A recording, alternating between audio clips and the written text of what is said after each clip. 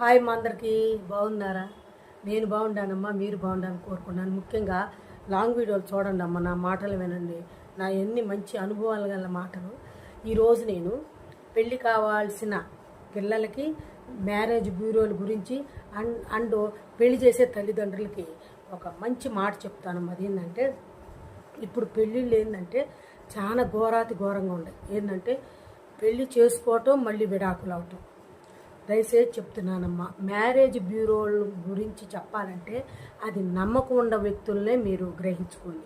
కొంతమంది ఏం చేస్తున్నారంటే ఫోటో ఒకటి పెడుతున్నారు, బయోడేటా వేరేది పెడుతున్నారు. First think. మళ్ళీ ఇంకోటి ఏంటంటే అక్కడ చెప్పేది ఒకటి, చేసేది ఒకటి. సపోజు పిల్లోడికి మామూలు జాబ్ అయితే గవర్నమెంట్ జాబ్ అని చెప్పటం.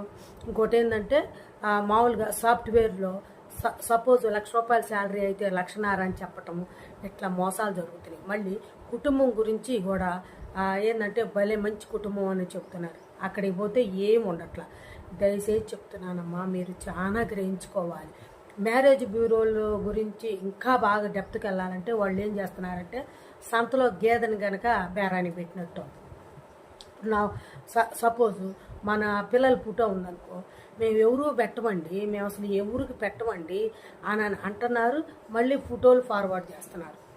వాళ్ళు ఏంటంటే 4-5 చేసుకున్నాక అప్పుడు సహజంగా వచ్చిన ఫోటో వస్తే ఏమవుతుందంటే మనకి వీళ్ళేంది మళ్ళీ వచ్చారు, ఈ ఫోటో చాలా రోజు తిరుగుతుందే, ఏంది ఇది, ఏమన్నా లోపాలు ఉండయేమో అని అనుకుంటున్నారమ్మా. అదంతా రాంగ్.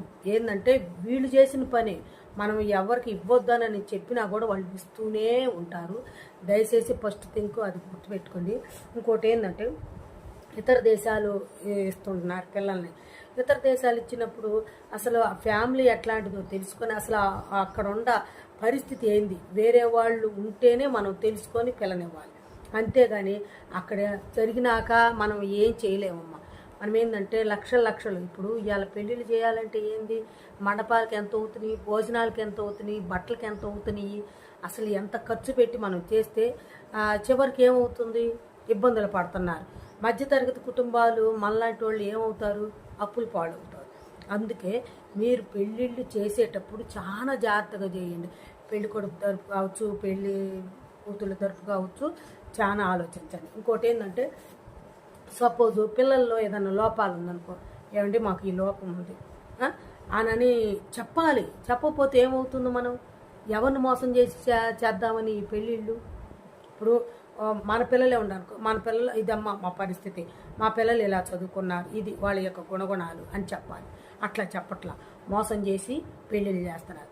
దయచేసి చెప్తున్నానమ్మా, మీ అందరికీ చాలా గ్రహించుకోండి. ఇంకోటి ఏంటంటే ఎక్కువ శాతము ప్రేమ వివాహాలు అనేది కరెక్టేనమ్మా. అదేంటంటే వాళ్ళు ఇద్దరు చక్కగా సెటిల్ అయ్యి మంచిగా అర్థం చేసుకొని పెళ్లి చేసుకోవటంలో తప్పు అసలు లేనే లేదు. ప్రేమ వివాహాలు అనేది తల్లిదండ్రులకు కూడా ఇబ్బంది ఉండదు.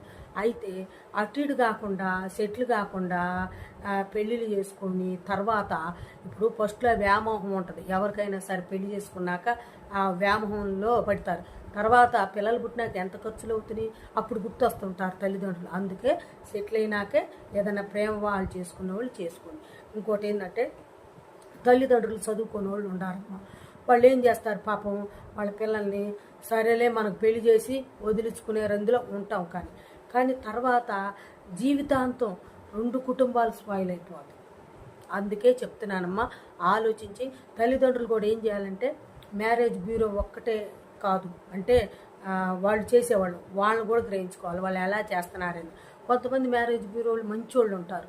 ఏంటంటే మనం పెళ్లి చేస్తే మనల్ని 10 కాలాల పాటు చక్కగా మన గురించి చెప్పుకోవాలనుకున్న వాళ్ళు అలాంటి బ్యూరోలను పట్టుకోండి. అంతేగాని డబ్బులు లెక్క వస్తాయి, అబ్బాయి తరపున లెక్క వస్తాయి, అమ్మాయి తరపున 50,000 వస్తాయి తీసుకోవటం, తర్వాత అడ్రస్ ఉండరు అన్నమాట.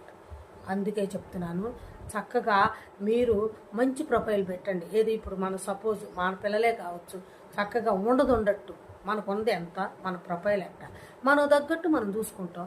అంతేగాని ఫేక్ ఇవన్నీ పెట్టి జనాల్ని మోసం చేస్తున్నారు. ఎందుకు ఆ డబ్బు, ఎందుకు చెప్పండి, నీతి నిజాయితీ లేని డబ్బు.